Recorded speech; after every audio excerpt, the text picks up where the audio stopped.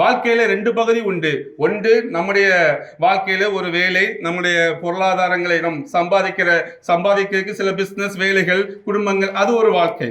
தேவனுக்காக வாழ்வது ஒரு வாழ்க்கை. கிறிஸ்தவ வாழ்க்கையில ரெண்டு பகுதி நமக்கு ஒவ்வொருவருக்குமே இருக்குது.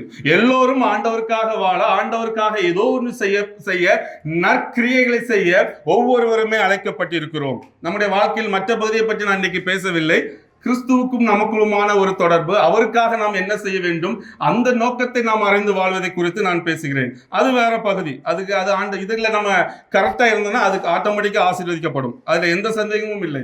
சோ அதனால இன்னைக்கு நீங்களும் நானும் கிறிஸ்துவுக்குள்ளாக நற்கிரியைகளை செய்வதற்கு இயேசு கிறிஸ்துவுக்குள் சிருஷ்டிக்கப்பட்டிருக்கிறோம் என்பதாக வசனம் சொல்லுகிறதை நாம் பார்க்க முடிகிறது. அவர் முன்னதாக அவைகளை ஆயத்தம் பண்ணியிருக்கிறார். நாம் பிறப்பதற்கு முன்பு எல்லாம் ஆயத்தம் பண்ணப்பட்டிருக்கிறது. அந்த நற்கிரியைகளை செய்ய உங்கள் உள்ளம் இன்னைக்கு ஆயத்தமாக இருக்கிறதா? ஆண்டவருக்காக நான் ஏதாவது ஒன்று செய்ய வேண்டும் என்று ஆவலோடு இருக்கிறீர்களா? ஆண்டவர் உங்கள் ஒவ்வொருவரையும் ஏதோ ஒரு மனிதன் அல்ல, ஏதோ ரெண்டு பேரும் அல்ல, அவர்கள் வேற பர்பஸ் அவர் ஊழியத்திற்கு என்று பிரித்தெடுக்கப்பட்ட மனிதர்கள் உண்டு. ஆனால் தேவனுடைய பிள்ளை என்று சொல்லப்படுகிற ஒவ்வொருவரும் நற்கிரியை செய்ய அழைக்கப்பட்டிருக்கிறோம்.